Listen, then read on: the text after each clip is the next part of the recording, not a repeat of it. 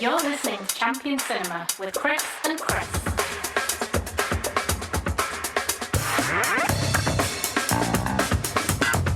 Champion Cinema. Hello, folks. Welcome for the first time in 2 months, I guess, to the Chris. No, me. The Chris and the Crystal Lake Chris and Chris show. The Crystal Lake Champion Cinema show. Welcome to Champion Cinema. I'm Chris with a bit of a cheat this one, a Cronenberg scene. Why not? He's in the movie. He is. It's mad that we could say that about Cronenberg. Yeah. We'll get to it. I'm Chris with an obvious Ken Hodake. Yes, hopefully this show is going up on Friday the 13th. It's Thursday night now, so I'm going to have to get this edited tonight. So that's brilliant. I'll have to edit like a madman. It might be Saturday. So if it is, happy belated Friday the 13th. The last two that we haven't really covered at all on the show, we've never reviewed 6, but we did a commentary for it during like lockdown and stuff, so we could come back to that eventually. I don't think we've ever reviewed the remake either, but as far as the original timeline, whatever, goes, Jason Goes to Hell and Jason X. It kind of blows my mind that I could have swore we had done at least Jason X, but I guess we're talking about it in a year in review or something. Or? Maybe. I don't know if we've done that far forward in the end, like 2001, 2002. I don't think we have. Maybe not. I just feel like I've gone out of my way to watch this recently and then talked about it. You said that about another couple we did, and there was one time where we were going to do a Friday 13th show a few years ago on Friday 13th and we just didn't. So maybe you watched it and then we just never did the show. Yeah. So that's happened a few times. And it's always you who ends up like being the professional one and watches the films, and I'm always like day before like, oh fuck. And I'm like, all my notes and that. Like making you watch those fucking Alan Quartermain movies and you were like, damn you. Oh yeah, did we ever do that show? We didn't. No, we didn't do any. We did the first. We had a whole month planned. We did week 1, and then we just went, oh fuck it. Yeah, the Quartermain movies. Yeah. I suffered through those. One of them was okay. The other one, not so much. Yeah, I still owe you those just to watch them, not for the show, just so we're even, I think. Yeah. So yeah, a little bit of, I guess, I'm doing a proper show since January. No. Mad. So I just want to say one thing, because I told you this a few weeks ago, but I just want to say thanks to the listener in Japan who downloaded every episode of the show in one go. It's just not right, that is it? It's crazy, but thanks. I mean, you know what, though? Even without those extra downloads, like 200 and odd, we're weirdly doing better number-wise this year, January to March, than all of last year. I don't get it. What's happening? Why? When we're not making episodes. Yeah, I'm sure that happened before. We had a big hiatus. I was like, why are we getting loads of fucking listens when we're not doing? People prefer when we don't do the show. I think it's weird. They get nostalgic, I guess. And maybe that's it. Yeah, download. That's actually what we're doing. That's the genuine plan. We'll make people miss one and then we'll come back. We're not really just lazy as fuck. Like Vince McMahon always said, or whoever, somebody in wrestling said, like, the fans can't miss you if you don't go away, right? So yeah, exactly. Yeah, that's what we're doing. Yeah, making them miss one. So anyway, I don't think there's anything else, is there? Should we just get straight on with this film? I don't think there's any major preamble, although I will say I just randomly noticed that it was Stephen Williams' birthday the other day. Was it really? So happy birthday to him. Happy birthday, Mr. Williams. 3 days ago. No, 2 days ago it was. Lovely. There you go. See, there's always something. There's always some weird coincidence somewhere randomly decide to do shows. Oh, and there's a baby cry. There's Martin. Kicking off. Yes. He might be a feature in this episode, we'll see. Yeah, probably. That's nice. He's got his first little cameo there in the show when he takes over the reins in 20 years. He did actually watch Jason X with this. So this. This no! Come on. I mean, I know. Like Jason X out of the two is the least bad one. But don't let Jason X be first ever Friday the 13th movie. Come on. I was Googling, can a baby absorb a movie at this point in their life? Just in case. Covering his eyes and stuff. Yeah. You're trying to show him part 4 when he's 12 and he's like, nah, for some reason I've just got this impression they're absolute shit. Yeah, it's ingrained. Damn it! You're just thank God I didn't show him Jason Goes to Hell. Yeah. Speaking of which, let's get to Jason Goes to Hell. Yes. Champion Cinema. So Jason Goes to Hell, the final Friday, the second time the franchise lied. I was thinking third, technically, a new beginning, because no, it wasn't. They keep promising. Yeah. It was released in 1993, runs for 1 hour and 27 minutes, or a few minutes longer in the unrated, slightly gorier cut. It was directed by Adam Marcus, stars John Delamere, who was Stephen, who was previously in the Friday the 13th TV series. Carrie Keegan as Jessica. The aforementioned Stephen Williams as Creighton Duke. Erin Gray as Diana. Stephen Culp as Robert. Robert Gant as the coroner. Rusty Schwimmer, which is a brilliant name, as Joey. Leslie Jordan as Shelby. Billy Greenbush from Critters. Nice to see him again. As Sheriff Landis. Wink, wink, nudge, nudge. Sheriff Landis. Aye. There's a lot of name shout-outs in both these movies, to be honest. Yeah. Julie Michaels as FBI agent Marcus, and Kane Hodder as Jason for a bit. But what's the plot of Jason Goes to Hell? Well, it's quite a rough plot. Stupid. So What it is. I'm gonna kind of freestyle, but what it is, right? Jason gets blown up by the FBI, so his energy has to transfer into a black guy who becomes Jason. Well, he is Jason, but he's not Jason. He's just a black guy. But when he's in the mirror, he's Jason. But actually, he's got a worm in his belly. Kind of like the Goa'uld from Stargate, if anyone's seen SG-1. Deep cut. Yeah. And for some reason, he needs to transfer his worm into Ivori's baby. Yeah. But he doesn't actually need to transfer his body into Ivori's body. Any Ivori's will do, as it later turns out. And obviously, fucking Chester Bennington, Chesterfield Duke, whatever his name is. Big mainstay of the franchise. He comes back. We'll finally get to see what his character's all about. Yeah, he's been there all the time. And he finally gets to use that magic dagger that was set up in part 1 to finally banish Jason to hell.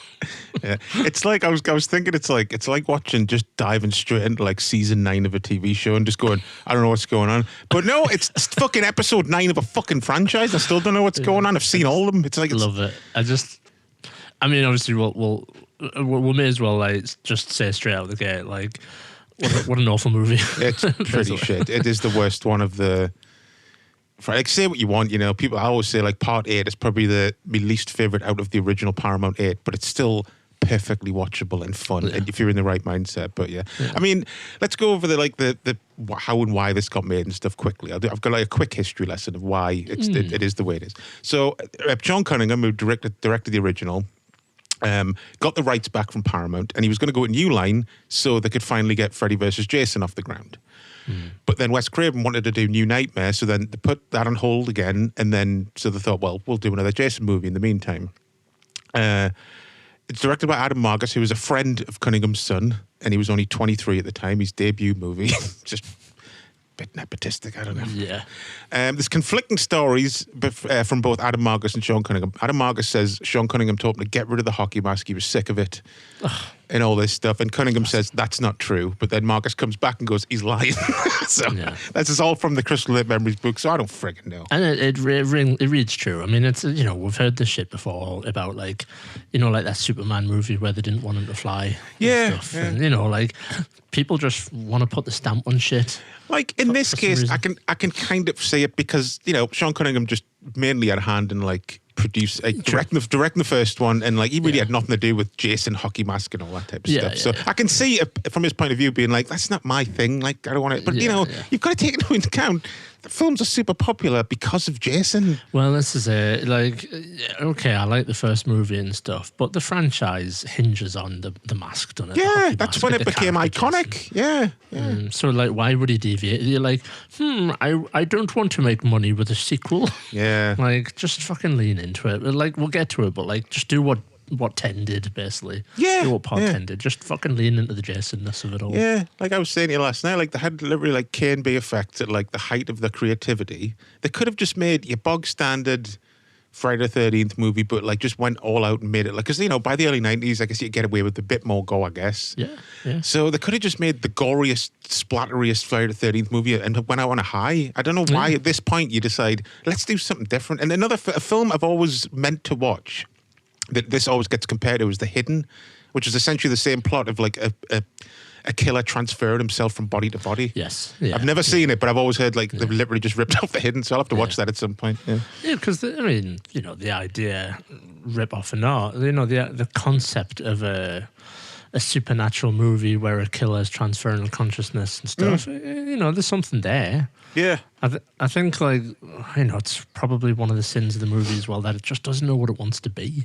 Either, you know, it like I said, it sets up some things, but it doesn't really stick to it. And the whole worm thing, the energy thing, magic daggers and shit. It's like it's all over the place. I think if the film as it is, if it was a completely separate thing and it was just some other killer who could do this, I'd probably think it's fine. It's fine as a one watch. But because it's like 9 films deep into a franchise, you can't just go, whatever the fuck. It's just fresh coat of paint there. Yeah. And I was thinking, like, what if Lethal Weapon 4, Murtaugh was just like, I'm a wizard, and there's just fought elves for the rest of the movie? You'd be like, this is a bit of a fucking Whoa. Yeah. But I will say, though, there is a reason as to why, you know, that the Creighton Duke character, when, like, he's like, at the end, he's like, remember me? And you're like, no.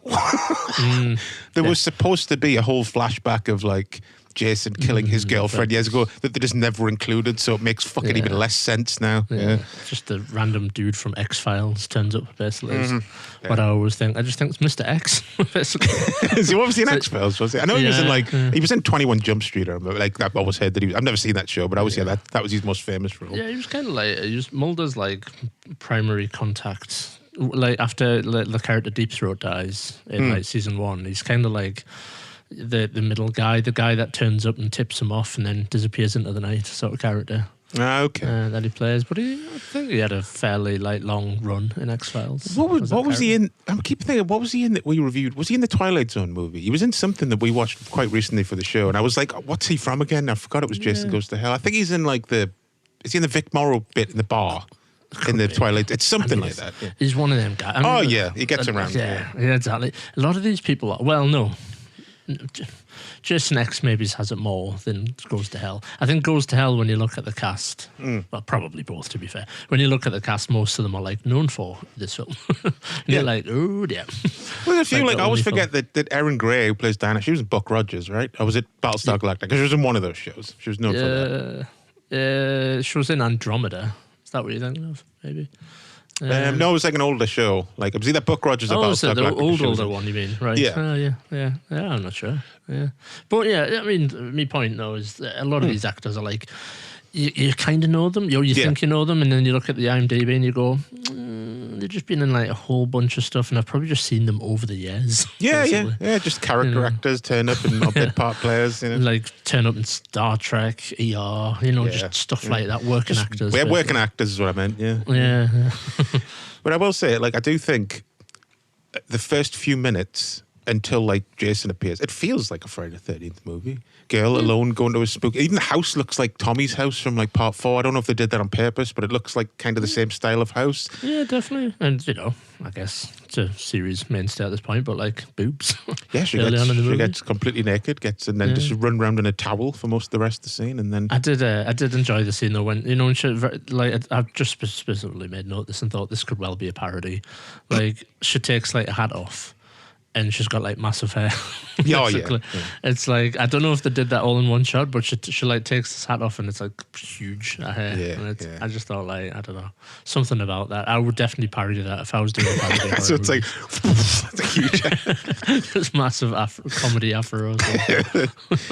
But then I will say, I know it doesn't matter at this point, but I kind of hate how Jason looks in this with his fucking powder blue pants, his powder blue shirt tucked into his pants like a dad. Yeah. And I kind of like the idea. They talk about it a bit in the book that like it's supposed to be that like he's had the mask on for that long, this point that his fucking skin is just growing around the mask, and I like that looks kind of cool. I don't know. It's a weird fucking look. Yeah. Yeah. It makes his head look bigger than it should be, basically. Yeah. I was going to say I like that his little outfit looks like it's like my attempt at like battle damaging a set of overalls, basically, where it looked kind of shit. Like you just take scissors to it and stuff. Yeah. And then you step away from it and go, oh, it looks crap. I need to just literally looks like I've just took scissors to it. I like that the FBI they're calling an airstrike against Jason. Like that's kind of humorous, I guess. Yeah.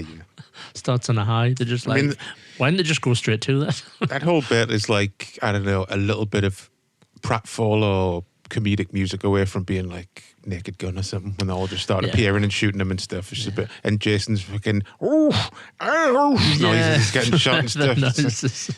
Yeah. And I was thinking as well, another thing I made note of, what was it with 90s movies where like military guys, there's always like movies where like there's characters in like black combat gear.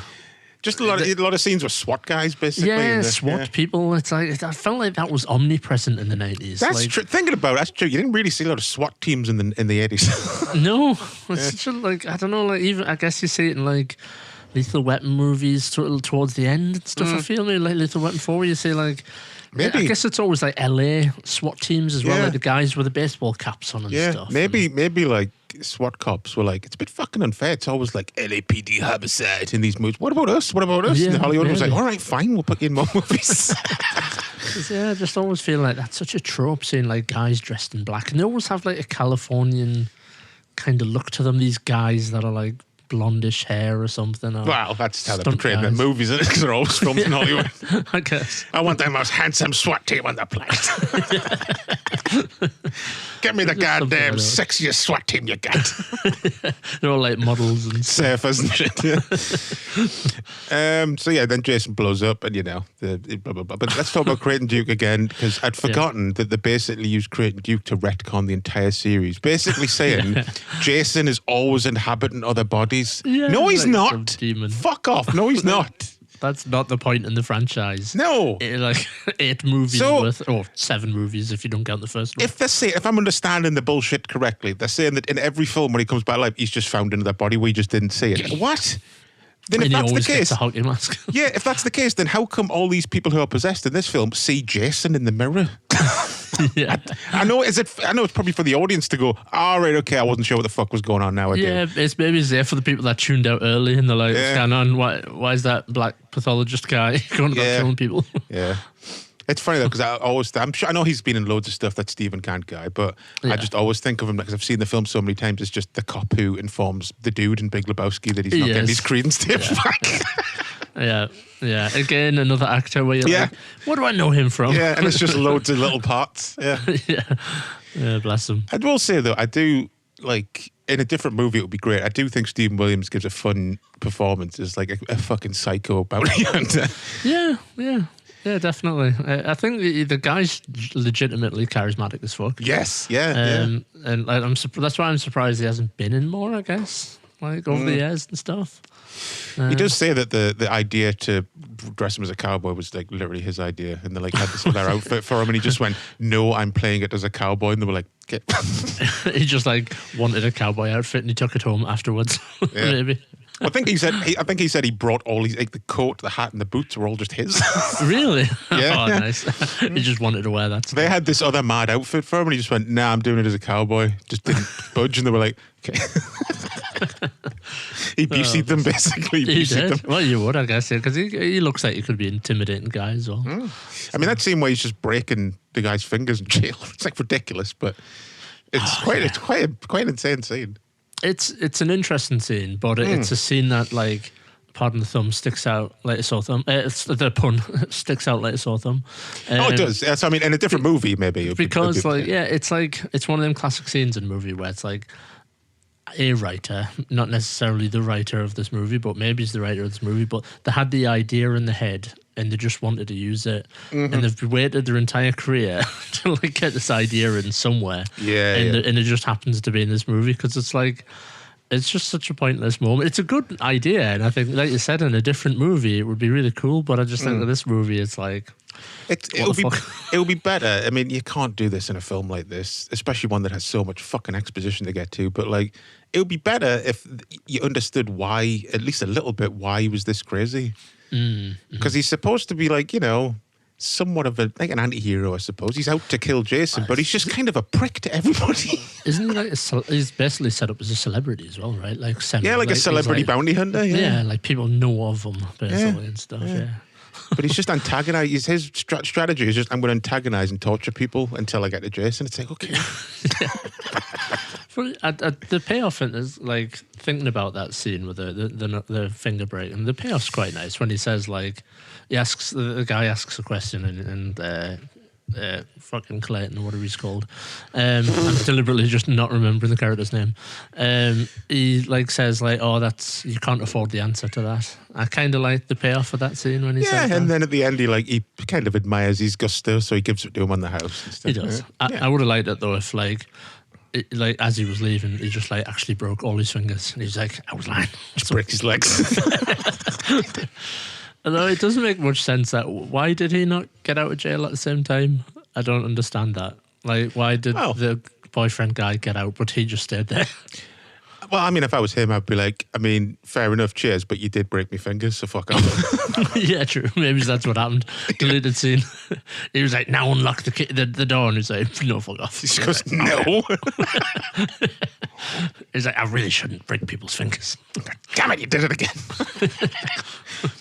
There's some little cameo. I mean, Kane Hodder has a role as one of the cops, like guarding the coroner's room, and Classic. I do love that smash cut of him calling Jason a pussy. Then it just smash cuts to him dead on the news.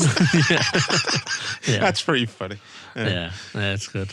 And as for the gore, I mean, the tent scene is ridiculous. although- Non-existent in the was gonna say, theatrical what's the version, version? sadly. Yeah. Yeah, I can't remember what happens. He just stabs her through the chest, and then, Like you see what you see with the blood spray, and then he like rips the tent pole up diagonally up her torso, and it just splits in half. It's ridiculous. Yeah, just you can see why the MPA were like, nah. you can get rid of that. But this was the first ever Friday the 13th movie to get an actual uncut release on video at the time, though, because I guess they still had the fucking materials to hand, unlike the other ones and shit. Yeah, so. true. Yeah. And then the Thingy, one. well, Sorry. I was going to say another cameo, obviously, prop cameo, the Necronomicon randomly. Yeah, which apparently, like, he got it from Sam Raimi, I think. Yeah. But Sam Raimi didn't like ask Tom Sullivan permission, like the guy who designed it and created it, and he didn't get any money for it. And I'm like, fucking hell. So Classic, they had a bit of a falling out over that. Mad crossover rights thing. Because it is literally the one from Evil Dead 2, pretty much. It's the same props. So, Yeah, you can see like the pages and everything when it opens it briefly done it. So Yeah. So that's like Adam Marcus now, in hindsight, to say that means Jason is a deadite, and that Pamela Voorhees read from that book when she was pregnant. And yeah. no, he's not. He's not. He's not. No, we're not willing to accept No.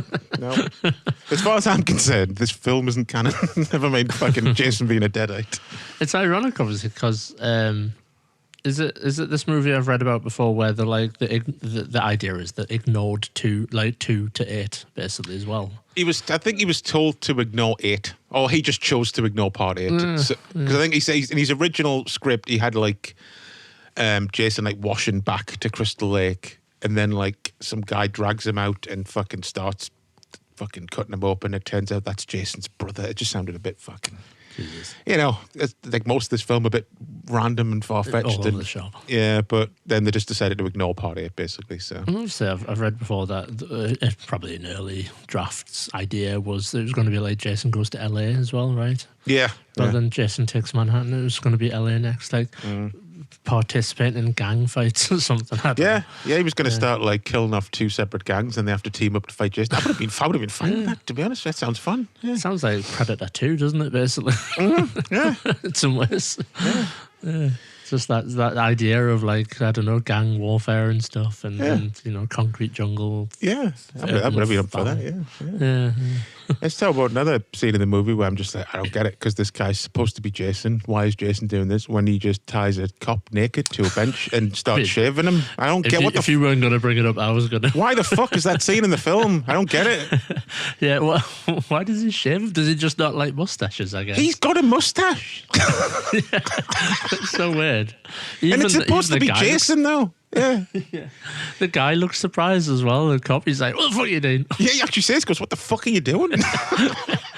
It's so random. They just wanted a bondage scene, I guess. I don't know. They had some bondage gear. Both of these movies have weird little kink fetish scenes in them. There's that one, and there's the nipple clamp bit in Jason X. Of course there is, yeah. There's a bunch of saucy bastards in the 90s and 2000s just putting their fucking fetishes in the movies and stuff. Yeah. Just somebody like had all the fetish gear basically in the like trailer. Yeah. So like, yeah. do you want to use this? You're like, I found this. Where'd you find that? Don't know. Just found it. This isn't on the list of props. Just found it, man. Yeah, that's a weird scene. He like literally just shaves them and then does the mouth-to-mouth worm transfer thing. It's so bizarre. Maybe it's like 2 mustaches would cause too much friction. and would like hinder the transfer of the It's Jason probably demon. just some exposition they got left on the cutting room floor there. I will say one scene that made us laugh is like I just love it when films are not subtle with like character, like showing you who the character is. When that yuppie TV presenter is in the Voorhees house and he's just on the phone basically saying, "I'm a huge bag of shit."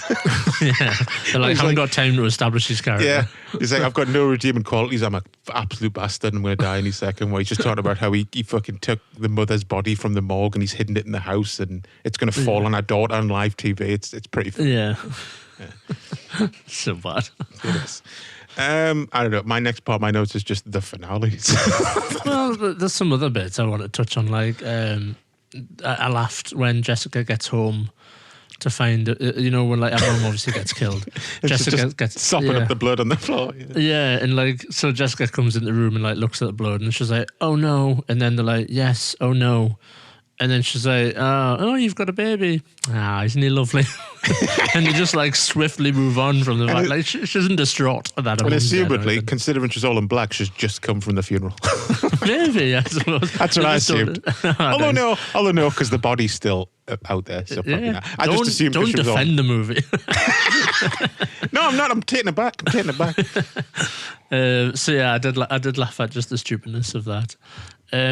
Some other stuff I noticed, just interesting stuff, like when she's in the shower, and I think it's Jessica that's in the shower, and she like there's a deliberate like pickup shot of like her putting her panties down, and then the lights go off, and I think I caught that the panties were gone in the next shot, but it's like they just swiftly move on from it, and it's never like used apart from the fact that like the Jason possessed person's in the house. But I was just like, that's weird. Like, they went all the effort of getting like a pickup shot of like panties and stuff, and why would Jason steal panties? Like, that's not something they've established.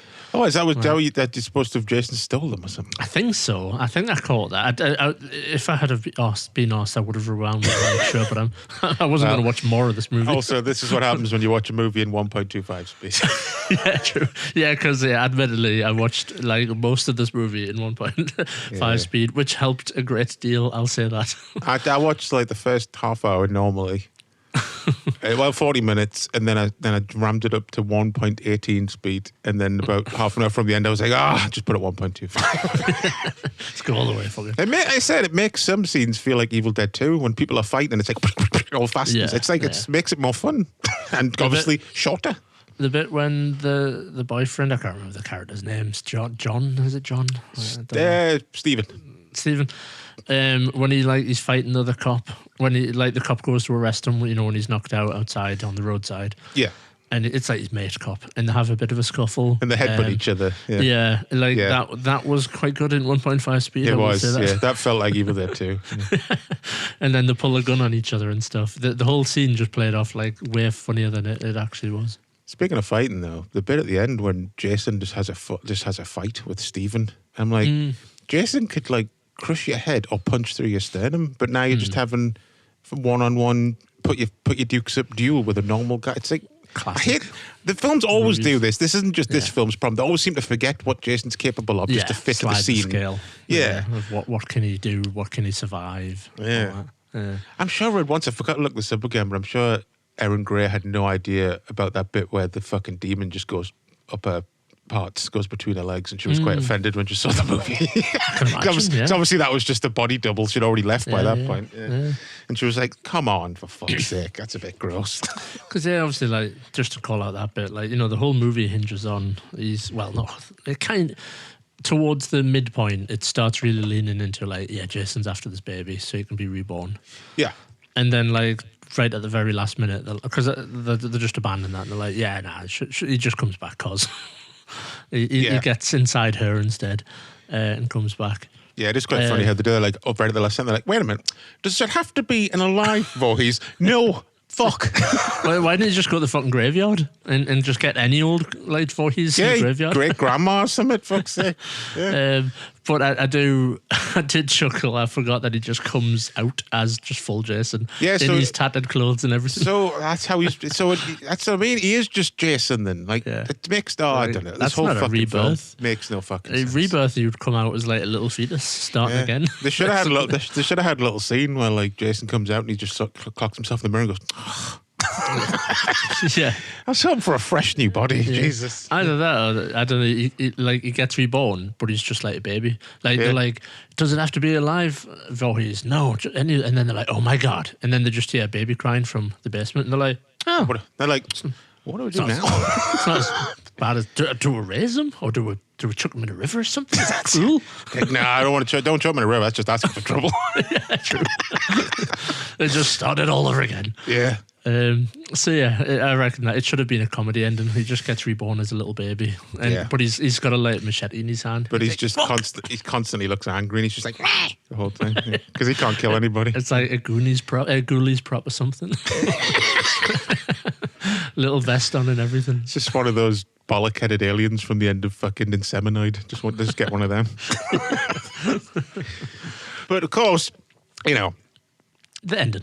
the big PS of this movie is Freddy's glove grabbing the mask from hell. A great visual and like the only after I first saw this years and years ago, it was the only memorable bit of the film really. And it was like, oh, you know, it's good. Like the hint it's going to happen, and obviously it was all planned. It's been planned since they took it New Line, like I said. But here's the thing: why couldn't they've just? It's fucking New Line Cinema. They own Freddy. Why couldn't they've just got a fucking stock Robert Englund laugh instead of Yeah, somebody else doing that over the impression. top? Yeah. It is funny though that Kane Hodder's hand wearing the Freddy glove. I always like that bit of trivia. Yeah, He played yeah. Freddy and Jason in the same movie. Yeah, The only it's guy to ever do so. It's pretty cool. Yeah. But yeah, it's interesting as well that it's an after credits scene, but not an after credits scene. No, it's Do you know after what I mean? the movie settles and you think, yeah, we're still going. Yeah, Then it yeah. happens. Yeah. It's just random. I don't know. It's like before after credits were a thing. Obviously, if they made this movie, that would be an after credits scene. Oh, wouldn't yeah, it? Or, yeah. or a midpoint credit scene. But yeah, you know, it whet the appetite for fans for like what the next It still 20 took, years, you know, took another 15? 10 years. Yeah. Was it 10 years? Was Exactly that trying 10 to like years, count in my yeah. head how long it was? Yeah. I was going to say, it's a shame that ending is a cool visual, a good PS, but it, you know, then you got Freddy versus Jason to watch. So it's not a great It's not good, reward. is it? No. Like I've softened slightly on that movie. I mean, compared to this, it's a fucking masterpiece. So. But it's like, yeah, maybe there's no good versus movie out there to be had, really. Like, I mean, No. Batman v Superman, Freddy Alien v vs. Predator, Jason, Alien yeah. vs. Predator, they've all been wet farts for me. Like, so. Dollman versus Demonic Toys. There's another one people forget about. Gremlins v Critters. Oh, they should do that. Just do that. May as well. Fucking just complete the fucking series. Yeah. Just do them all. But yeah, like I was saying before, and like kind of what you were saying about it being a Marvel movie, I consider this like, you know, that Marvel What If series. That's what this is to me for Friday the 13th. It's like, what if Jason was a demonic worm? Yeah. That's what all this is to me. I don't consider it canon at all. It's like in the credits, they just added a just kidding or something like that towards the end. Yeah. You're like, oh, thank fuck. Yeah. Just to explain the movie. Just Jason waking up in the woods going, fucking hell, that was terrible. They just do the Dallas ending. Yeah. Yeah, Jason wakes up in the shower. I like the ending to the fucking Doc and Dream Warrior video where Freddy wakes up.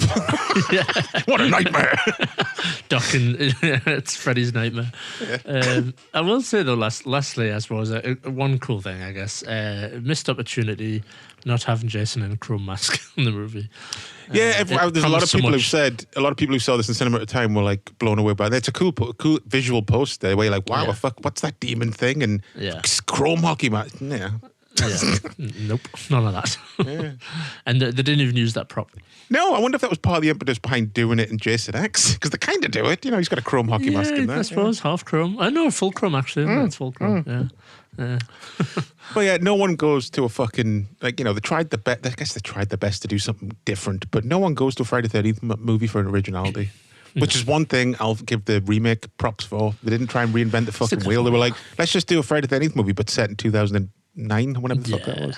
Yeah, like, you know, you set up your characters, you make them twatty enough that you don't. They feel don't bad all when have. they You've got die. this. They don't all have to be twatty. You've got to have some No, nice no, that's people. what I mean. in there. Twatty enough so that there's a few You people. got to. You that got to have go, a few twats. You got to have a few people who go, can't wait till he dies. Yeah. And then, you know, just the woods, just Jason Garner Yeah, killing that's the people thing. inventively. And That's these what you films want. don't need to cost like 90 million or anything. Not that any of them No. did up to this point, but No. you know, the remake cost a bomb compared to all. I think it probably had a budget that the size of like the rest of them combined. Most and say you don't need to spend that much fucking money on a slasher No. movie, for God's sake. Yeah, because I think was it Jason X had the highest budget. Up until Freddy vs. Jason, yeah. Yeah, So yeah. it was like Oh. 3 times as much as like Part 8, and Yeah, this was only 3 million or something. So man. But you know, that's Hollywood. I always say, like, to some degree, like Hollywood now it's just so bloated that, like, oh yeah, yeah. you know, you have assistants to the catering managers, and the assistants to the catering managers also have an assistant, Mm-hmm. and it's just like way blown out of proportion, like the budget for everything. Yeah, yeah. Fucking nightmare. So any final thoughts? So we've just whinged for half an hour. Yeah, like the movie that's got the least amount to enjoy, I would say, out of all of them. It's my least favorite one out of all. Yeah, even including Freddy vs. Jason, the remake. I don't mind the remake. Like the Yeah. more I've watched it over the years, I'm like, it's not amazing, but like I take it over this and fucking Yeah. Freddy vs. Jason. So I think, actually, just looking at my notes, another thing I made note of is just fucking awful 90s N64 music. you know what? It's It's like there's a lot of like Manfredini's like little diddling cues in Oh, the yeah, movie, yeah. but it's the fucking opening credits. They go on for like 20 minutes. Yeah, and you're right. It sounds like N64 or something. Yeah, Yeah. like fucking Rogue Squadron music or Yeah. something from that game. Yeah, I think at this point, Manfredini had just moved on to like more synth-based stuff, probably to save money, I guess. So, because it does have that like farty awful. trumpet noise to it, doesn't it? Yeah. I made a note that I can't remember if it's the Duke character, but he says the line, "I was thinking of a little girl putting a hot dog through Yeah. a pink donut." Yeah, that's one of the like notorious lines in this movie. Just him being a fucking weirdo, though, innit? Like, because he's like, Jason, what a word association, Jason Voorhees, and he says like, think of a girl in a pink dress putting a hot dog through a donut. It's like, okay, fucking hell. I was like, I gotta write that down. Like, what the Such a fuck? fucking weird line. Yeah. And Think then it that just would've doesn't. And then he doesn't go, what? He just goes, anyway, just carries on. Totally. I mean, you would, wouldn't you? You just go, I'm just going to pretend he didn't say that. Fucking hell. Yeah, very Um, strange. They don't linger on it at all. No. Um, As for, we want to move on to like home media and shit? yes, Because there's no poster art and shit really to talk about this stuff. No, there isn't. I mean, I'll very briefly mention, obviously, technically, we have had a Jason Goes to Hell McFarlane figure. Although I don't Yeah, think it's- the movie Maniacs. Yeah, I had Yeah. it. I've still got it somewhere in bits. Yeah. All these accessories are broken. I missed. I think Sideshow randomly did a 1/6 figure as well. Jason Goes to Hell. Yeah, that rings a bell. Yeah. Yeah, like a few years after that, like a bigger Yeah. one. Yeah. Yeah, like 100 odd quid, like 1/6 figure. Not Yeah. very good. Surprising, Jason's not like. It's probably because of the license issues it's had, but it Hmm. hasn't particularly had a lot of good figures done of the franchise, apart from like the NECAs. I guess. Yeah, of course. Yeah. But yeah, I just think it's crying out for like a good company to do a really solid, like Part 4 Jason or something like that. Yeah, I would like a good someone like Caustic Plastic. I know they probably wouldn't do this, but like if they did like a 1/6, 2, 3, 4, that would be pretty cool. Yeah, like just the mainstays of horror, like You know? do a horror line and do a Freddy, do a Michael Myers and stuff, and But I mean, those NECA, like how big are they? Like 6 or 8 inch figures, the NECA ones. 7-inch, I think. About 7 inch. Yeah. I mean, they're all good. I've got it. Like I've got the Part 3 one. I just wanted Yeah. like a classic Jason. It's a great little figure. Yeah. Yeah, definitely. It's cool accessories and stuff. Yeah. And I think, it certainly seems like they're trying to get the franchise back off the ground, but they're using the video game to do it instead. Yeah, I've seen that. Yeah. Because they must have trouble with the movie rights still. So Yeah, I thought that was sorted, but apparently not. Yeah. No. There's some issues still there. Yeah. But yeah, there was like a tie-in comic at the time of like just a movie adaptation comic that I think's quite collectible now. Arrow put out the 4K and Blu-ray. I think it was last year. That and Jason X. And there's a feature-length doc about the making of it out soon from Redshirt Pictures and Synapse called Hearts of Darkness, which is probably going to be pretty good because Michael Felcher did it, and he's like, one of the big top guys for interviews and making ofs and special features and stuff. So it's out in his own label. So it's supposed to be quite in depth, and because a film like this, that I always like watching making ofs about films I don't like really, because it's kind of interesting to see the thought process behind it and stuff. So. And these films often are like. A big contributor to the fact that they're like bad is that they're like troubled productions in a lot of ways, so they can make for interesting stories, the like interference from him or her and all that sort of studio stuff going on. And I always like to say whenever we've reviewed a movie that like we've kind of just not liked and torn apart, like everyone obviously worked their arse off, and it's like. It's not like it's badly made or anything. Like, it looks fine. The effects are great because it's K&B, but it's just everything as a whole coming together just doesn't work for me as a Friday the 13th movie. That's most people's opinion of the movie, really. I know it has its fans, but, Yeah, because you're right. It does have, like, kind of a more culty sort of following, like, out of all of them, which is weird. Yeah. I don't know. It's just, it's like... It doesn't do what I need it to do for a Jason movie, so it can fuck off. It's not fucking Jason in it for a start.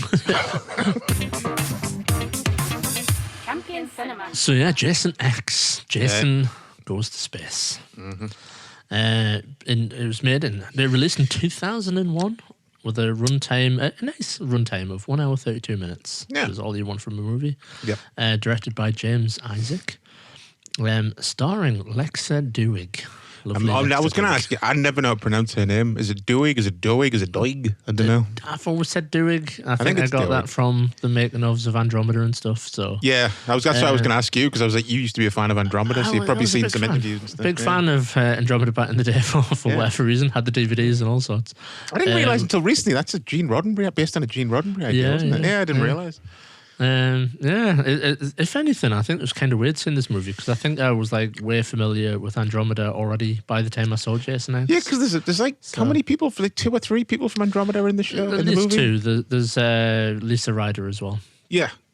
Yeah. I think there's maybe 2. I could be wrong, but yeah. But yeah, because obviously Andromeda came out basically at the same time, 2000. It came out, but they were making it at the same time. I think this was like. I forgot to like note down exactly what happened, but it was literally on a shelf at New Line for about almost 2 years before it came out because of like management changes, and the guy who like was championing the movie left, and then the New Line were like, we don't know what the fuck to do with this. And I had like Lord of the Rings and shit to look after at the time. So like films were getting a bit more serious at that point. They're like, what we're gonna do. So then by the time it came out, like some of the effects were more dated and stuff, so it didn't really help them very much. Bless them. So yeah, Lexa Duig as Rowan, Kane Hodder reprising again for the 4th time as Jason. The last time as well. 4th and last, bless him. Jonathan Potts as Professor Lowe, Lisa Ryder as KM14, Peter Mensa, as Sergeant Brodsky, another guy who you think, who is that guy? I know him from something. David Cronenberg, of course, as Dr. Wimmer, rocking a very Egon Spengler look in this movie. That's just Cronenberg. I think fucking Egon's based on Cronenberg, actually, probably. And a whole other bunch of the year 2000 looking people. Yeah. I'm not even going to go through the rest of them. So, what is it all about, though? I have hinted it's in space, of course. Yeah, so we'll start in the future, 2010. Jason's been caught by none other than David Cronenberg. And there's plans to freeze him because they can't kill him. So they're like, we'll just put him in deep freeze and forget about him. But that goes a bit tits up, but he ends up frozen anyway, along with the main scientist. And years later, when a class trip unfreezes him and takes him back to their ship, he wakes up, kills everybody in there. Basically, that's what happens. Does it? You know what? It does what it says on the tin. Exactly. That's why I don't get. And get people don't like it because they just don't find it entertaining. But this, and like I was saying to you the other night, like this at least knows it's fun and daft and silly. Yeah. And it just has fun with it, and it's completely unoffensive to me. Like the fact Jason in space is kind of like they know it's stupid, like not stupid, but they know it's at this point it's daft. It's gone to its outer limits of a franchise, really. And it like, although you technically shouldn't have a funniest moment in the franchise in a horror franchise, but this literally has a genuine comedic genius bit in it. It's supposed to be funny, and you know what bit I'm talking about, because when we first saw it, I think we watched it like 5 times. We laughed at it that much. I'm assuming you mean in the That'll Do It bit. Like, oh, was it that? What Or was bit? it? No, it's the fucking. It's the virtual Oh, that bit as Crystal well. Lake Yeah, bit, sorry. There's so many. This is the thing. Yeah. Like, there's the bit when he snaps the Azrael character in half. Fucking Yeah. love that bit. Yeah. There's the sergeant guy going, "You think a little stab in the back," and then he stabs him again and goes, "That'll do it." Yep, that'll do it. Yeah, that's hilarious. So it's hard to pick, but yes, of course, it's the editing as well. The like, Oh, it's so the funny. cutback. Just cutting Yeah. back to him, just like walloping the one in a sleeping bag. You can just hear these like overly comedic noise, like oh. It's so fucking funny. Because I mean, we saw, like this was bootleg to shit in the year before it came out, and we saw. I don't know if we saw it before it came out, but we definitely had a Probably. VCD of it at some point. Yeah. Like you said, it probably came out in America like a full year ahead of this country, basically. I mean, so it was delayed. available. It was delayed, and then a fucking classic British delay anyway. So Yeah. But yeah, God, I quite like his look at the start of the movie. I think that's like a decent I don't mind it. compromise. Yeah, it's kind of where Yeah. they started to stray a bit with the look, with like instead of it just being like the shirt and pants, they started giving him like scruffy coat. And he's almost got like a shawl on, like he's just been wearing something that's deteriorated over the years and stuff. And he's got like kind of fucking mossy, fuzzy hair and stuff. He looks kind of grimy and gritty in this. Yeah. And I kind of like, a lot of people don't like the hockey mask, but I kind of like it with like the flattened nose. It's a different look. Yeah. And there's one moment at the start, which I think's great, where he's chained up and he just side eyes that soldier. Yeah, and he like rightly like covers him up. Basically, he's like, and then fuck and he that. like he watches him, then he squints slightly. And this is one thing that always fucking annoys me. The one of the reasons they gave him for not casting him in Freddy vs. Jason was, no, we need someone with expressive eyes. And I'm like, Ridiculous. fucking there it is. Yeah. In the first scene of Jason X, Kane Hodder could do, but that was all. I don't know what the fuck a lot. Pretty bad snub, that line. Totally on Kane Hodder's side about being pissed off about that. Yeah, definitely. It's just shitty Hollywood, though. Again, Shitty like, Hollywood were going like, no, we need to do it, change direction. And it's Yeah. like, do you though? He's got to, like, and even he says that I don't think they understood. And he's saying, like, I'm not saying this to be egotistical. They don't understand how much of a following I've got because of these movies. And people are going to be pissed off, and they fucking weren't, still are in some cases. You know? I wonder if, like, obviously, no evidence of this. This is just me, like, musing. But is it a money thing? Were they worried that they would have to pay Kane Hodder more, and that they could just get somebody to play Jason for less or something? Well, they did offer him, like, give him an offer, and it was like quite low. yeah. They were like, this is all we can pay. And he was like, well, does this include like residuals and shit like that? And they just kind of kept dicking him around. And then when it came that they were shooting in Vancouver and they hired a Canadian stuntman to play him, he was like, well, there you go. Trying to save money. He's like, they can give all the excuses they want. But, you know, that's what I think that he just assumed Save it just a because buck. it was too cheap, be a bit cheaper. Yeah, save some money. Grim. But yeah, I mean, I love the opening, the whole opening with Cronenberg and stuff. And that scene where Jason just takes out like 5 people, it's like an action scene. Yeah, it's interestingly shot as well. It's like kind of monochromatic almost. Yeah. Kind of weird, like, you know, with it being like in a really dark like setting, but like everyone's kind of got a silver light on them or something. Yeah. So it's a little visually, it's quite an interesting like bit in the movie, and like Lexa Duriga, for all she's like a bit again 2000s chick, she sometimes looks a little bit. I don't know, she's just got that look to her, but like I kind of like her in this movie and stuff. I really like her in the film. Yeah. And so I think, like, you know, the opening, I don't know, something about it. I do kind of think, like, I quite like it. I think where the movie kind of trails off is just in, you know, some of the performances and stuff. Well, from yeah, some of the but I kids mean, and that. You know, you could say that about every one of them. I guess. I agree. Yeah. I guess, yeah. It's a lot like I'm expecting Shakespeare or something. No. But there's just times I'm like, ugh. Like, it's hard to swallow that. I think I'm sure I've seen like a little sound bit from like somebody that was like, we wanted this movie to have like the best acting of the entire franchise. And I was like, well, you fucked that up, didn't you? It does not have that. It has some good acting in it, but not the best. But not the worst either, though. No, Not true. the worst. I meant to look up, like, I'm sure the reason Cronenberg's in it is because they were shooting it in Canada, and I think he contacted them when he found out about it, was like, can I be in it? I want to be killed by Jason. I'm like, Wouldn't you be like, this is a wind up, right? yeah, I'd be like, David Cronenberg wants to be in Jason 10. He wants to be, and then another man, Jason Ted. He wants to be Jason in space. But yeah, I think he just wanted to be killed by Jason. So I was like, that's fucking awesome. Yeah. Fair play. Yeah. Yeah, I always forget that he's in this until I start watching it and go, Yeah. and he just turns up straight away. Yeah, I guess he turns up a few names in weird places. He's in like Nightbreed, like Clive Barker's Nightbreed and shit. So yeah, Mad. But this is stranger, I think. Him just turned up in the 10th Friday the 13th movie. Yeah, it really is. But I mean, there's some very memorable deaths in this. The best, one of the best deaths in the franchise is the cryo face frozen smash. It's ridiculous, yeah. and it's like almost like it's funny as well. I don't know. Maybe I'm a bit sick for laughing at it, but I always laugh at it. Well, I think as well, it's the fact that he like not only does he like obviously puts a face in cryo, which is bad enough, but then he shatters a head. Yeah. But then he also like lifts up a like hollow face and then looks at it and then just tosses it in the ground like she's a piece of trash. Yeah, and it's like God Almighty. It's like this film is not fucking around, basically. Yeah. And I love the effect shot of her face freezing in one shot. I always thought that was really cool. Yeah. It's a really nice moment. Yeah, Guy that falls in the corkscrew. Yeah, is that like that must be like part CGI or really clever practical effect. I can never really quite tell. Yeah, it's really cool. It looks really good, and again, like kind of inventive. Like a guy just slowly turning downwards on a corkscrew. Yeah, it's like fucking hell, mad, mad visual. Again, like I said, the Azrael, the shitty like comedy character. Who's like you groan when he's first introduced in the movie because you're like, oh, is it going to be in the entire movie? Is it? Which one's that again? the one that gets his arm chopped off. Oh, right, but yeah, I thought that's who you meant. Yeah. So like when like the later on in the movie when they're like in the hologram room, and Jason just like picks him up and snaps him over his knee, basically. When him and Stone Cold are playing. Yeah, Stone Cold. Yeah. I think that's one of the writers. I think that's Todd Farmer, one of the writers. I think because that's the guy who, when Jason smacks his head into the wall, that's just him genuinely breaking his fucking face, basically, because he couldn't see how close he was to the wall. Oh, with the mask and everything. So he just smashes with that awful like judder he does. Is him just breaking his nose on the wall. I'm like, oof, Jesus. And when you know that, when you watch that scene, you go, oh God. Yeah. Like love of the craft and all that. But yeah, you like it when he gets Azrael gets his back snapped. You were saying. Yeah.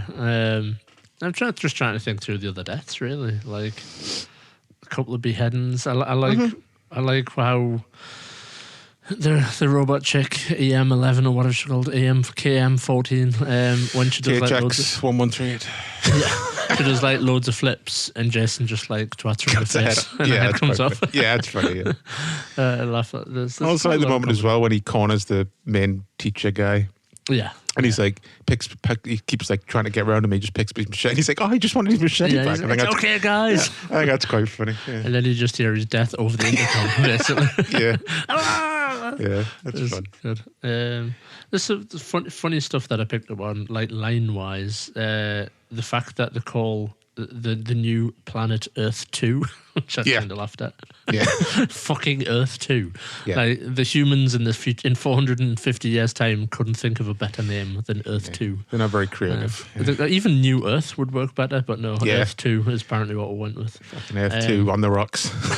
to give some context to that, a bit of a like planetary climate change thing. Basically, 450 years time in the Jason universe, the Earth has become uninhabitable due to climate change. Yeah. So there you go. It's ahead of its time in many ways. Jason X. Probably going to turn up too. But I also like there's a bit when like I think it might be Lexa Doig says this line. She says like we tried to gas them, we tried electrocution firing squad, we even hung them once. Yeah. Like, surely that's the lesser of all of them, right? That's what you start with. Yeah. Like, oof, and we even hung him by his neck. Like, it's probably like the earliest execution way to go. Hang someone. Yeah, you try that first. I laughed at a bit where a character says, don't worry, referring to the grunts, the military guys on the ship. Don't worry, these guys live for this stuff.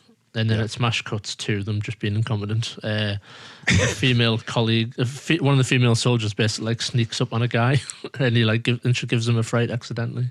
Yeah, I don't know if it was like intentional humor but it made me laugh anyway. Yeah, I mean, I love the bit where like Jason's still like defrosting on the table, and like everyone around the ship is indulged in some form of hanky panky, and Jason starts twitching, and he sits up like, "Fucking hell, someone's having sex." Yeah, that's pretty funny. Yeah. It does do well in like setting up some twatty characters. This movie, you know, like there's the professor who's obviously corrupt as fuck. Yeah. There's like one of the like students is like seducing them to get better grades or something. Yep. You're just like, all these people are skeezy. Yeah. Like they do get the right mix of like, I want him, her to die, like ASAP, please. And there's the couple that just constantly want to shag all the time. Yeah. But is she the character that fucks them over ultimately in the end? Is she the same one that? No, she's the one I think special? that gets. Isn't she the one that gets? No, when does she? I was trying to think. She's not the one that gets sucked out the like vent at the end, is she? No, don't think so. That's the one who was shagging the professor. Yeah. I can't remember what happens to that other girl actually. Yeah, I was thinking in my head, is she the one that like she locks herself and they escape shuttle at the end? And Yeah, like, I think because she's the one that's basically like freaked out the entire time. if anything, I would say the movie does not so bad a job at like setting up the characters. Really, like I don't know, the film's got like quite a strong character. I don't know what the term is, character geography, where like you understand who everyone is, and it kind of, I don't know, it fleshes it out quite quickly. So it's not bad for that. Like, one thing I would say, I wrote it down right at the start, and I thought, have I just misremembered this? And I was like, no, I haven't. One of the first things I just wrote down quickly was my main memory of this movie is guys in motocross armor just walking about prop archives. Yeah, That's like my memory. That's what this movie looks like to me in my mind's eye when I remember it. And then like straight away I was like, yeah, it is. There's just guys with motocross armor walking about stuff, hanging chains and like light rigging and stuff. Yeah. Like as much as they were saying it was the most expensive up till this point, like 14 million. But because it has a lot to do and it's all set on a ship and stuff, and there's a lot of special effects, it kind of looks more like a decently budget TV show of the time. Yeah. Like a TV movie special or something. Yeah. Rather than a theatrical movie. Yeah. They've tried to hide a lot with the lighting as well, obviously, and stuff. Turn the lights down in certain scenes and stuff. It was fair play to them, I guess. Because I think, I know they wouldn't have done this because it was, that's probably as much as they were going to get. But if they had an extra like 5 million or something, I think it would have looked a lot better. They could have took more chances and broadened the scale a little bit. Because it's mainly just some of the CG. There's not a lot of CG, but some of the CG looks a bit, obviously it looked dated at the time because it was held back for fucking 2 years. So. The big like monster thing like, in the movie. Yeah, I can forgive that because that's supposed to be a hologram game. Yeah, I guess. Thing. But I suppose we should talk about like Uber Jason, I guess, because the movie's kind of two halves, isn't it, in some ways? Well, it's like 2/3 or something. There's like 2/3 of the movie's normal Jason, then a third is the... Yeah, I always think Uber Jason comes in at the halfway point, but it's like the last 20 minutes. I'm always surprised whenever I watch it that I always expect more Uber Jason, but no, it's just like the finale, basically. They kind of cram a lot in, really, don't they, in the very end? They do, Because I was thinking, like, throughout the movie, I was thinking, where's the bit when he's in the Camp Crystal Lake hologram and stuff? And it literally shows up in, like, the last 5 minutes. Yeah. They squeeze it right in at the end. Save the best for last. Fucking so funny, that scene. Just the way that, like, he almost thinks he's been spotted, like, Jason's seeing through the hologram, and then the robot just quickly conjures up the scenario of just two dippy teenage girls just going, we love premarital sex. Yeah, they're like, let's smoke some pot. Yeah. So fucking funny. And you just see him like reaching towards the camera and stuff. Yeah. Like you don't see exactly what he's going to do until the smash cut. And then there's a quick cut back to the ship, and then just a cut to him smacking one in a sleeping bag. It's so fucking funny. Yeah. It is. Yeah. But yeah, I guess I don't mind Uber Jason. I wouldn't mind a good Uber Jason figure. Yeah, did Necker not get around to doing? No, I'm sure there was a Jason X figure by someone at some point, Mick like years Farland ago. did one again. I'm pretty sure. Oh, that'll be it then. I'm fairly certain they did. Was it like one of the later Movie Maniac lines or something? Yeah. But yeah, I wouldn't have them. I think it could have turned out a lot worse than it did. I'll just say that. Yeah. I don't know. Like the time period, it could have looked like a fucking Borg from Star Trek or something, like half robotic, and they would have used that stuck noise, the wee like robot noise that always like pops up and stuff. Yeah. But instead, they just kind of put some chrome on them and stuff. Yeah, they didn't go too over the top. It's quite a streamlined design when you think about it. Like when you haven't seen it for a while, you remember Uber Jason as being like ridiculous, but he's not really. He's just got a bit of armor, and most of them is just like looks like black latex that the ant things have repaired. The futuristic repairing ants. Nanobots, I guess. I don't Yeah, I think guess that that's they what ever it is, used the term, but it's like an early version of nanotechnology. Pretty much, basically. yeah. And then we end, of course, with the hero of the movie, like the main grunt, basically just grabbing Jason and flying him through Earth 2's atmosphere. Yeah, kind of an epic ending, really. It is, with that character. Yeah. Yeah. I do like that bit though, when like the space station blows up there in the escape pod, and he just goes, "He's coming back," and you just see Jason going, like the fucking shark in Jaws 3. Yeah, they're like, what the fuck? Yeah, it's pretty funny though. Yeah, And obviously, sequel bit. I guess, it ends kind with of. a couple seeing them heading into, I went to the lake, let's go check it out. And it's like, fucking hell. Like, does he regrow from his mask? Is that what they're setting up? Who knows? Who knows? It's like the Guyver or something. Like his Yeah. fucking control metal like lives on, so he regenerates. I mean, that's the thing about this, like the fact that they went a remake route, which I guess, everyone was doing it at the time and they had Friday the 13th, so they thought, why not? But the only reason they set this so far in the future is because the new Freddy vs. Jason was coming, so they thought, right, we'll set it way after all that. So there's room. So really, there's loads of room between Freddy vs. Jason and Jason X to make other movies at some point. Yeah. Because somehow Jason came back after that because he's in Jason X. So, he could. There'll be fan fiction, I'm sure, filling in those gaps. But I'm surprised there hasn't been a comic series or something. Yeah. Yeah, definitely. Saturday morning cartoon show, maybe. Yeah. Could have done that. Disney Plus series about all the times they try to kill him and stuff in the lab. There you go. I was just thinking, because one thing I wanted to mention about was you mentioned it before, the Great Death. Great Death, not the as in the good death, the which gets pulled through the grate. Yeah. I feel like that's cut, right? That must be cut. It feels like they could have done a lot more with that, and then they just didn't. I feel like probably, I would guess, in the script, it was probably quite graphic, and then they realised they didn't have enough money to pull it off. So they just zooming away, and then you just see a little bit of like gore on the vent. A little bit of something on there. But then it got us thinking, like, it's interesting. Like, did somebody just watch Alien Resurrection and like kind of rip off Alien Resurrection? Because Alien Resurrection in that movie, there's also like a ragtag sort of space crew. Earth is also like fucked in that future. Well, it's a bit of everything, Jason X. And it's a bit Aliens, the bit where like the grunts going hunting down there in the control room. It's very Aliens. Yeah. I think there's a character called Dallas and stuff and shit like that. There's another character called Wayland, I think. So they're definitely riffing on Aliens. Oh, yeah. But then obviously, like, her getting like pulled through the grate. I don't know, in my head I'd kind of like do a mashup of like the new, the newborn getting sucked through that little hole and stuff. You mean the most disturbing bit in the entire Alien franchise? Or whatever the fuck it says. I legitimately can't watch that scene. It's like, it's cringy and it's also disturbing. Yeah, it's a weird feeling watching that scene. Yeah. I don't know, it's just interesting space trope of a movie that follows what Alien Resurrection also did. What does she say? She says like a kind of funny pun before that. Before she goes like, "This sucks in more ways than one," and then just goes and gets sucked through. Yeah. Stupid. Yeah, it is. It's a very silly movie. But it's fun. I think Jason X is fun. It's perfectly fun. It's watchable. It's perfectly watchable, and with it being an hour and a half long, it doesn't outstay its welcome. Like, I don't think, like, one thing I didn't mention. For all like in Jason Goes to Hell, like the bit in the tents, like a good gore scene, but like that chunk of the movie, for whatever reason for me, it killed the pacing. Like I suddenly was like, I find myself like looking at the time and stuff, going, oh, and it was only like 20 minutes into the movie. Yeah. Where at least this movie doesn't have that, Jason X. It's always like kind of marching forward. Yeah. Basically. Yeah. So yeah, not too bad. Not a bad way to end the franchise, I guess. Yeah, the original franchise, because then you'd have Freddy vs. Jason, which kind of, it's kind of connected, but it feels like its own thing. And then you had the remake after that, and then we got the fucking TV show prequel to look forward to next year, whatever the fuck. Is it just called Crystal? I always forget.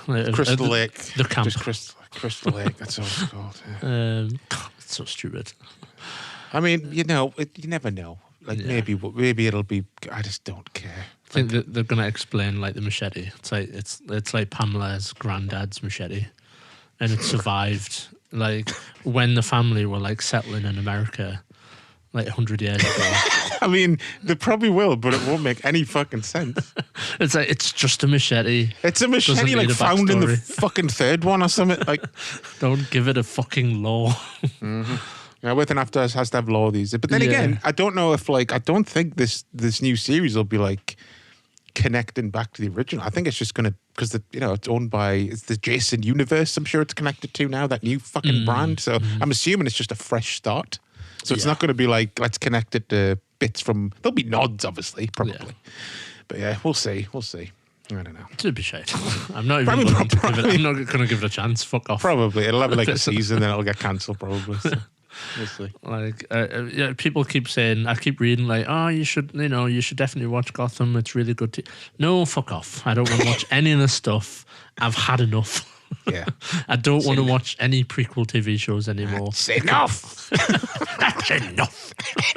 Basically, that's who I am. Like, basically, whenever Yeah, I I read think- any prequel stuff, I think we've just both turned into Brian Glover. Basically. just get me wax jacket on and me flat Stand cap. in the rain, stand in the rain, shouting it's enough.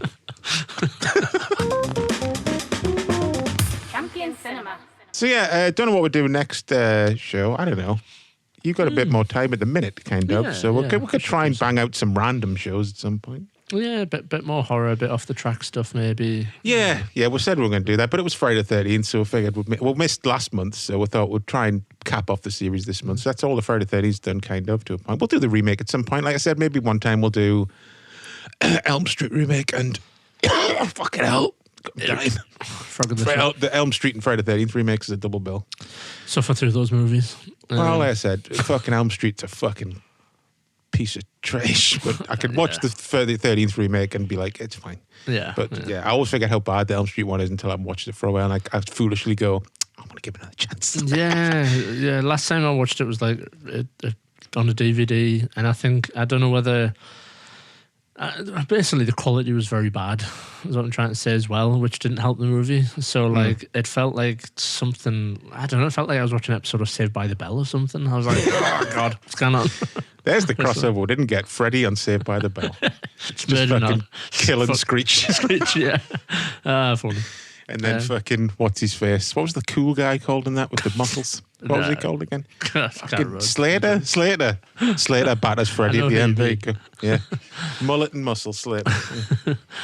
No, sure, I do still want to do as well. It's like kind of do an animals attack kind of thing again. We should do Yeah. that at some point. Yeah, because we'll have to redo Shakma because it was like fighting. It was like friggin' 12 years ago we reviewed Shakma or We something. should do like that in that primate or something, maybe. Or whatever it's Yeah, called. Is it primate? I think it is, isn't it? Yeah, the one that came out like new one. late last year. Yeah, Yeah, I still want to see that. Yeah. What was the deal? Wasn't a few years ago there was rumors because someone did some new art for Shakma. There was rumors like a new Blu-ray was coming. It just never fucking came out. Shame. Yeah. Like I think people keep hitting Vinegar Syndrome's going to put it out because it seems perfect for them, but Yeah. there hasn't been a peak. Totally so- fits their category, Yeah. their catalogue, doesn't it? Yeah, totally. Yeah. Imagine seeing Shakma in 4K HDR. Yeah, that'd be cool. Yeah. What's Yeah, the let's see, Shakma called again? What's he? I always forget the name of the. Oh, his real name was Typhoon. wasn't it? Typhoon, yeah, that's a Typhoon, yeah. Typhoon the legend. What a fucking performer. What a performance. Just wanting to get at its keeper, basically. That's how they made it look aggressive. Yeah, like it's terrifying if you're like kind of scared of baboons, and then you read the backstory and go, "Oh, it wasn't being vicious at all. It was just like, where's me mate?" It's so sad. Yeah. Doing his little turds on the floor and stuff, and the few times you see he's got a little monkey boner. Yeah. Because Work with apparently animals. they would just like spray baboon pheromones on the door, and it would go fucking apeshit. Literally. Literally. Yeah, it would shit all over the place and go crazy. Yeah. And on that note, On that note of monkey shit, you can find us on Instagram at Champion Cinema Pod. We've got a little shop on TeePublic. Oh, we sold another Charles Bronson sticker, by the way.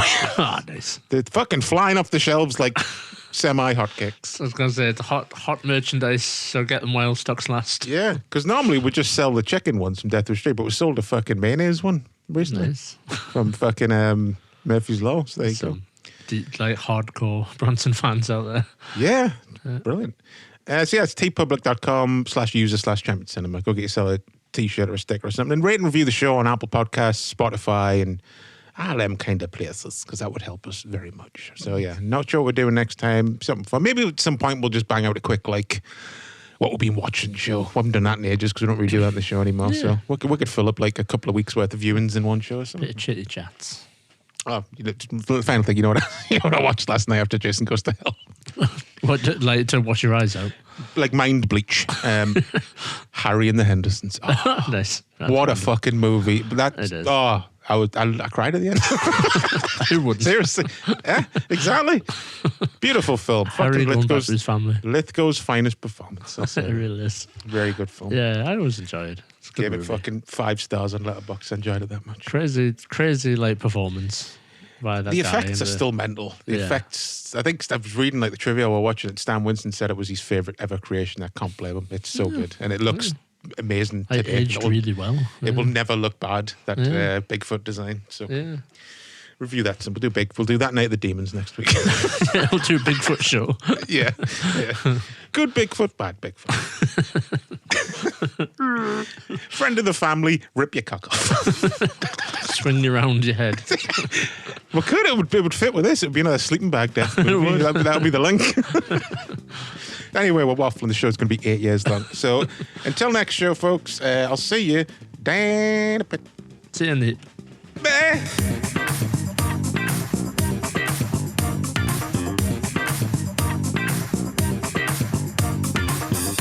Champion Cinema.